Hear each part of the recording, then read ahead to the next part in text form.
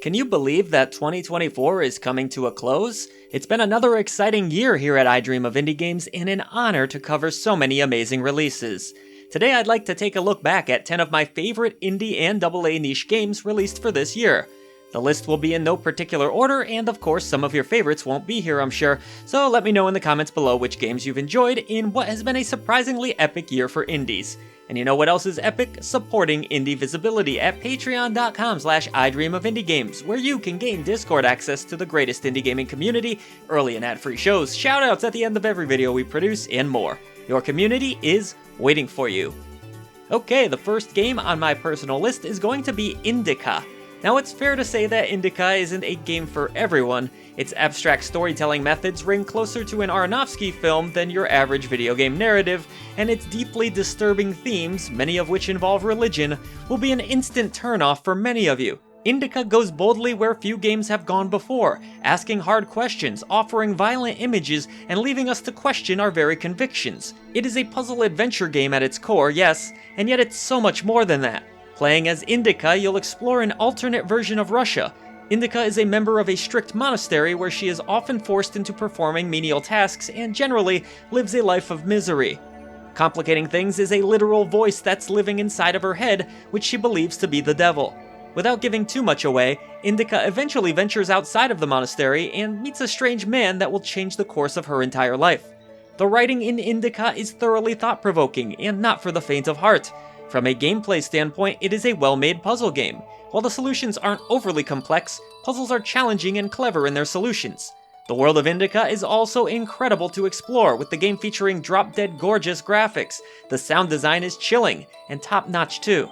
It is a harrowing experience like no other, one that, even with its flaws, should be experienced by anyone who has an appreciation for art house films. Oddmeter and 11-Bit Studios have crafted a game like no other that makes for one of the most memorable experiences of 2024.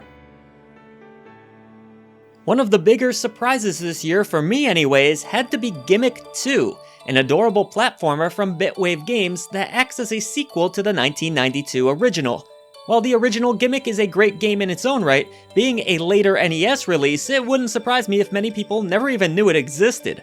So when considering that Gimmick was a bit of a deep cut as it was, I thought that a sequel would be a rather risky proposition. And hey, maybe it was a risk, but by God have the developers done an amazing job resurrecting this franchise. Playing as a yokai named Yometaro, you'll need to rely on a magical star to solve various puzzles, while also utilizing your platforming skills. Sounds simple enough, right? Well, not so fast. Yometaro's star will bounce wildly about the screen, meaning that sending it along the correct trajectory is essential to your success. The star can also be rode upon to pass through treacherous areas, and even used as a weapon against enemies. Just like any puzzle platformer, your goal is to conquer levels and take down bosses, yet Gimmick 2's mechanics are anything but traditional. The game plays wonderfully and is full of aha moments. Even better, the vivid, colorful visuals are fantastic looking, accompanied by an incredible set of compositions coming to us from the legendary David Wise, of course of Donkey Kong Country fame. While I thought Gimmick 2 had the potential to be a pretty good game, I didn't realize it would be this good. This title ended up being one of my favorite releases of 2024, and so long as you're a fan of the genre, it belongs in your collection. So maybe I'll get crap for this, and that's perfectly fine, but I have not been the biggest fan of the newer Zelda releases, not gonna lie to you. To be completely honest, I found Breath of the Wild to be extremely overrated. This is not a knock against anyone who enjoys open-world Zelda, I simply prefer the classic top-down games when it comes to that particular franchise. And yes, I do still need to try Echoes of Wisdom, I hear it gets back to the top-down approach. I've also heard it's pretty good. Either way, when I started playing Dungeons of Hinterberg, I went in with a bit of skepticism as it appeared to be heavily influenced by open-world Zelda titles. To my surprise, this game was everything that I wanted Breath of the Wild to be, and then so much more. Dungeons of Hinterberg is a more focused version of the games that so clearly inspired it, not only offering amazing dungeon design and exploration, but also social elements that wouldn't feel out of place in a Persona game. Here we play as Louisa, a confused yet ambitious young lady who feels like she may have made the wrong career choice in life. This leads her to abandoning the monotony of her day-to-day living for a while and seek out a slaycation in Hinterberg, where she will take down monsters and hunt for treasure. This means tackling 25 unique dungeons, all of which are expertly designed and wondrous to explore. Taking on these dungeons filled me with a sense of joy and wonderment that few games within the AAA space have been able to elicit from me within the last decade. Dungeons of Hinterberg's combat is a blast, its mountainous world majestic, and its puzzle design remains exquisite throughout. The writing is top-notch too, helped by beautiful visuals and a stirring soundtrack. I wouldn't be surprised to see Dungeons of Hinterberg near the top of our Game of the Year category at this year's awards show, and writing it off would be one of the worst decisions a gamer could make in 2024. Play this game so we get more of it, please. The fact that I don't hear more people talking about Lorelei and the Laser Eyes is downright appalling. Not only is this release from Simogo and Annapurna Interactive one of the best games of 2024, it might be one of my favorite puzzle games ever. Lorelei and the Laser Eyes offers a twisted labyrinth of brain-bending puzzles that can be approached from many different angles. This is a big brain pen and paper affair, folks, so if you're allergic to more intricate puzzle design, then it might not be for you. But that said, anyone who has an appreciation for thought-provoking puzzles with a dash of mystery and intrigue thrown in for good measure won't want to miss out on this release. One may look at the game as a massive maze, one that players can easily lose themselves in. You'll play as a woman that has been chosen for a mysterious project, and now must explore a bizarre manor rife with secrets to be discovered. Part of the fun of this game is going into it knowing as little as possible, so pardon me for being a bit cagey about the details. Featuring over 150 different puzzles, expect Lorelei to toss just about everything but the kitchen sink in your path as you unravel a fascinating tale brought to life through gorgeous abstract art that reminded me of a Suda51 game. Pick your favorite. It's creepy, clever, unsettling, and unforgettable. For fans of puzzle games, Lorelei and the Laser Eyes is an experience like no other, and without question one of the best games this year. Completing it is an accomplishment in itself, so mad props to any viewers who were able to do so. Next on our list is Athenian Rhapsody, a 2024 indie release that would almost certainly win an award for Funniest Game of the Year. Its side-splitting offbeat story isn't its only redeeming quality, however, as it is a fascinating gameplay experience in its own right. Athenian Rhapsody could best be described as Earthbound and WarioWare tossed into a blender. Calling back to 16-bit RPGs in its visual style, Athenian Rhapsody cites other inspirations such as Cooking Mama and even Souls titles. This means that players should expect a hodgepodge of different gameplay elements that strangely find a way to work together. The gameplay is a spiritual journey of self-discovery that asks important questions such as, do you think clowns are funny? Or what's your favorite food to eat? The quirky characters that you'll come across on your Rhapsody fit perfectly into this strange world, as does the turn-based combat system that has you partaking in WarioWare-style minigames. Athenian Rhapsody is clearly inspired by indie darling Undertale too, especially apparent with a battle system that has you taking either an aggressive or passive approach. You'll traverse various areas, gather party members, find treasures, purchase items, and battle enemies and bosses. There's a few puzzles too, but really the star of the show would be the writing. Players will need to make plenty of choices across this campaign, with an online feature allowing you to upload your personal journey and share it with friends. I had so much fun playing through Athenian Rhapsody this year, and with such a low price tag, there's really no reason that you shouldn't either. I don't think I was more hyped for any other game in 2024 than I was for Eiyuden Chronicle 100 Heroes, and honestly, I think this is one RPG that lived up to the hype. I've been waiting for a game to scratch that Suikoden itch, and Rabbit and Bear Studios' Eiyuden Chronicle 100 Heroes did just that. From the fast, frantic combat system to the amazing cast of collectible characters, this massive release had me hooked for over 50 hours from beginning to end. I loved the political drama found in the story, and combining different party members for battle was just as fun as I had envisioned. There is still something so therapeutic and enjoyable about getting party members to join your mission. It felt like the old days, scouring through forums and walkthroughs, trying to figure out how and when I can gather a new recruit. Collecting Stars of Destiny in the Suikoden franchise was always one of my favorite video game tasks, and that concept remains just as engrossing all of these years later. While I know there were some backer issues at launch and a few people took issue with the translation of the game, I personally loved this release from beginning to end and can't wait for the already announced sequel.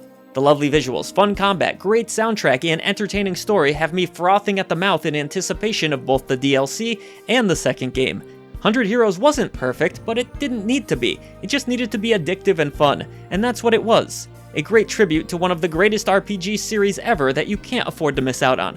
While it is one of the pricier games on this list, I feel confident in saying you get your money's worth with this game. I think when I look back on 2024, Minishoot Adventures was the first game released this year to make me say, holy crap, why is this game so much better than it has a right to be? The idea of mixing classic top-down Zelda gameplay with twin-stick shooting mechanics sounds ambitious to say the least, but Soul Games Studio were able to pull it off, creating one of the year's best. While there is no Princess Zelda to be rescued here, players will find an addictive gameplay experience. With various spacecrafts being encased in crystal by the corruption, it's up to you to free your fellow comrades and restore peace to the world. And speaking of that world, Minishoot Adventures features both an overworld map to explore and various dungeons full of deadly enemies, challenges, and traps. The dungeon design is excellent, as are the controls, which work perfectly. Your goal is to take down 4 main boss layers, but there are other side objectives to take on as well. I pretty much adore everything about this game. It is endlessly fun to play and explore, with a great soundtrack and colorful visuals. Yeah, the visual design is a little on the simplistic side, but it really works well enough for this game. From a gameplay standpoint, Minishoot Adventures was easily one of 2024's best. It's fast and snappy, charming, and essential to your indie gaming collection. Don't even think about passing on this one because we need a sequel oh so bad. So yes, mixing Zelda and twin-stick shooting did sound a little crazy on paper, but much love to Soul Game for delivering an excellent indie release. The fact that Berserk Boy only has a little over 200 reviews on Steam is a downright travesty. While it came out in a slower month for indie releases, this tribute to the Mega Man X series is truly excellent, and it's a shame more people aren't talking about it. Berserk Boy isn't just another Mega clone either, as it borrows a page out of the Metroidvania book and does a good job of blending different genres into one cohesive gaming experience. It's obvious a great deal of love and care went into Berserk Boy from the get-go. Its gorgeous animated intro and hard-hitting soundtrack pulled me into the experience immediately. I stuck around for the addictive gameplay. In Berserk Boy, much like an episode of Dragon Ball, you're tasked with finding missing orbs that have been scattered across the lands. These orbs will make you more powerful, transforming you into, Berserk Boy. Yes, the story is predictable, but still entertaining. Gameplay involves a good deal of battling enemies and platforming. Disposing of enemies isn't as simple as punishing them with a Mega Buster, however, as Berserk Boy's different suits have different effects. I love taking on various forms as Berserk Boy, everything from ice to air and even earth. It can be fun to experiment as you go through the game's well-designed levels. These levels are huge too, and full of secrets to discover. Couple everything with jaw-dropping 16-bit visuals and a rockin' soundtrack from Teal, and it quickly feels soul-crushing that not nearly enough people played Berserk Boy. Add one of 2024's better releases to your collection today. While there were many great indie Metroidvania games released this year, my personal favorite, of the ones that I played anyways, was Bo Path of the Teal Lotus, created by Squid Shock Studios. Bo not only had a great art style, but it was a well-designed game all around. Yes, some of the platforming was a bit more difficult than it maybe needed to be, but Bo shined with solid combat, great map design, and an excellent soundtrack. It's a huge game that is stunning to explore, even if the narrative isn't particularly strong. The game will feel familiar for fans of the genre, where you uncover more of a map, progress the story forward, and defeat giant bosses. This means that it is comfort food, yes, but delicious comfort food. Bo continually improves the more you play it, thanks to an excellent upgrade system that feels meaningful. I loved pogo bouncing off of enemies' heads, carefully navigating my way through precarious situations. It's a tough but forgiving game, and all around just a great Metroidvania experience that doesn't rewrite the script, but is just satisfying to play. Bo Path of the Teal Lotus comes well recommended for fans of the Metroidvania genre. And for those of you that are undoubtedly going to talk about Animal Well in the comments below, I sadly haven't played it yet. Maybe some of you had forgotten Anomaly Agent released this year? Well, shame on you! But seriously, this game came out closer to the beginning of the year, and one would be forgiven if it slipped past their radar. Here's your opportunity to play it now, and you should, because not only does Anomaly Agent have a great sense of humor and an amazing dancey soundtrack, but it's a blast to play. You'll control Agent 70 through a time-traveling adventure that will have you fighting for a task force in an effort to stop anomalies. Working towards a big promotion, you'll need to take down an evil villain in order to earn respect and admiration amongst colleagues. The dialogue is very funny in Anomaly Agent, calling back to some of the great Tim Schafer releases of the past. There are even choices to make that will add replay value to the game. Just what is Anomaly Agent as a gameplay experience though? A 2D action platformer with plenty of tricky platforming and a bizarre combat engine that involves dodging enemy attacks at the right moments and stringing together combos. The use of different weapons is a blast, as is being able to hit enemies' fire back towards them. It's a combat system that certainly takes some getting used to, but has plenty of style. The control scheme is a bit different for sure, but can be mastered with time and practice. The silly visuals and amazing musical compositions also help to make Anomaly Agent a memorable experience. For those looking for something a bit different over the holiday, Anomaly Agent is well worth your time.